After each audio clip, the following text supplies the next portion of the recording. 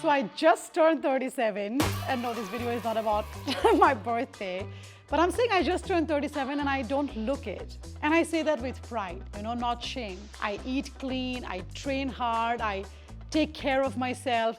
So I may look 30. And that doesn't sit well with some people, not men, women, especially older women. Because in my gym, I have been stared at from head to toe by women old enough to be my mother, honestly. They're not ashamed of it, they don't hide it. Some go a step further. They come to my trainer, my personal trainer, and says things like, oh, her posture is not right, when in fact it's perfect, and I don't need help from aunties who haven't seen a dumbbell since maybe 1996. And they will come and say things like, oh, Renima, you look like a skeleton now, your bones are out. Or maybe that you looked better last year, or you should get curvier, that's what men like. And then there is, of course, the fashion commentary from all over, isn't it? Oh, I think this would look a little more classy on you. Oh, that top, don't you think it's too bold? And it's not that I'm weak, that I don't respond, but because, I'm emotionally intelligent.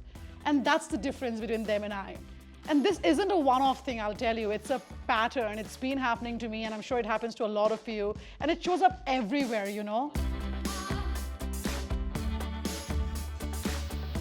I've had a mentor, a lady, once tell me things like, oh, Renima, the problem with you is you're too perfect, and I would like to see some flaws in you. And this was right after me finishing telling her about being abused for years, being bullied and beaten. Believe that. Yet that's the comment she chose. Now, what does that say about these older women? What is the psychology behind it? That's what I want to break down today. And here is what I have come to understand, right? Envy doesn't necessarily come from evil, ladies. It comes from lack. When women stop working on themselves, they start working against other women.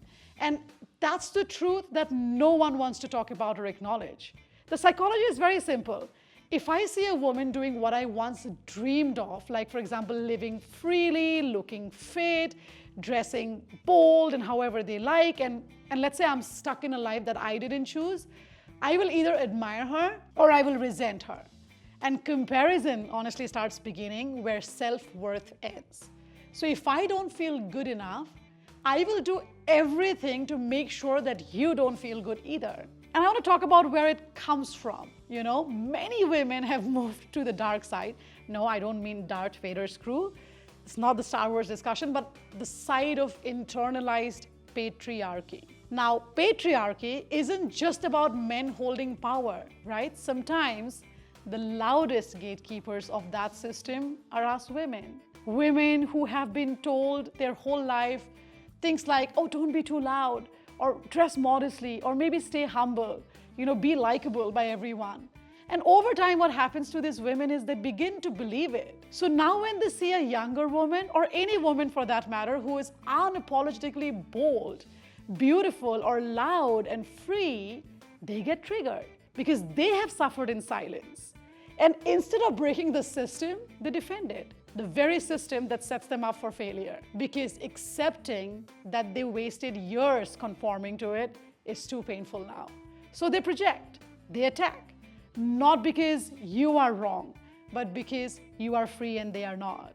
And freedom reminds them of everything they couldn't be. Unfortunate, but true. I honestly chose a different path in my life, If you see right now through my women's wear clothing brand, Miss Momo, I regularly work with women aged from the ages of 18, 20, 25, goes up to 50 and above. Stunning, confident, vibrant women. And I have never once felt the need to compete with them. Why? Because fulfillment kills envy. When I feel good in my body, my work, or my relationships, I automatically lift others up. I don't tear them down. And I'm not saying I'm like this saint. I have also been jealous in my life in the past. Yes, of course I have. I have seen other women doing better and it stung, But I honestly didn't sit in it. I said, why am I feeling this way, What am I not doing for myself? So I turned that jealousy into motivation. Because here is the real deal. Age has nothing to do with envy. Insecurity does. And then, of course, comments on my Instagram, people, women, oh, my cousin was born and raised in the United States. She doesn't have an accent like you. Excuse me, lady. Everyone goes to school. but not everyone comes first. I didn't say I'm coming first or I came first, but I'm saying, why do women dismiss each other like this? Why the constant need to compare? You don't hear men often going, oh, my friend is also a banker, but he earns more than you. Do you hear them say that? But with women, it is constant. From skin tone comparison to salaries, to accents, to waistlines and whatnot. So let's break it down. Now, comparison is a tool of control. When society teaches women to compete for male attention, marriage, or status, what we do is we internalize it. I have done it too. We start comparing, we start ranking, and downplaying one another. And that's what's toxic, ladies. It's harmful, and it must end. Precisely why I'm talking about it. Because, my dear ladies, aging is inevitable, but bitterness is optional. It's a choice. So if you ever find yourself envying another woman, pause. Don't react. Reflect. Ask yourself, what am I not doing for me that's making me hate her? Because envy is a mirror, and it's not about the other woman. It's about what you see missing in yourself. So let's please stop projecting pain and start healing it. Let's stop generalizing, dismissing, and comparing with one another.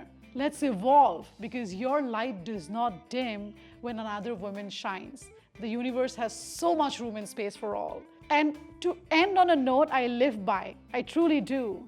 Let's be the woman who fixes another woman's crown without telling the world it was crooked. Reflect on it. And that's the kind of older woman I want to be when I grow older, or if you think I'm already old. And I hope you do too. And while I say all of this, I know it's easier said than done. I have been there. I have felt all those negative feelings, envy, insecurity, self-doubt. And trust me, working on yourself, it's one of the hardest things to do. Reflecting is hard because, like I said, it shows you a mirror that you may not be ready to look into. But don't procrastinate. Do it anyway. Because the sooner you start, the sooner it gets lighter. Personal experience. The easier it becomes to breathe, to live, to rise, to celebrate one another. We don't live in a fair world, especially not in a country like ours. No one is going to hand you self-worth, my dear woman. No one is going to love you or fight for you or save you the way you can for yourself. I mean, it's a brownie if they do. We are not just women who are born into patriarchy. We are women who have to navigate through it our whole life. We have to fight against it and hopefully one day rise above it. And yes, I know it's harder. It's really hard. Harder than it is for many women in the West. But we are lucky. You know why? Let's count those blessings. We are standing on the shoulders of women who fought to get us here. Women who couldn't wear what they wanted. Women who couldn't speak and express freely. Women who couldn't vote. Women who couldn't drive. And yet, they cracked the door open for us so we could walk through it. So let's not waste all of those efforts. Let's not shrink, because that's what the world wants. Start that internal work, and you owe that to yourself, if not to anyone else. You will thank yourself for it one day, and I truly, deeply believe that the future of this country belongs to women who know their power. Indian women, oh, we are fire, honey. We are beauty and brains and backbone. So I ask you, if not now, when? And if not you, who?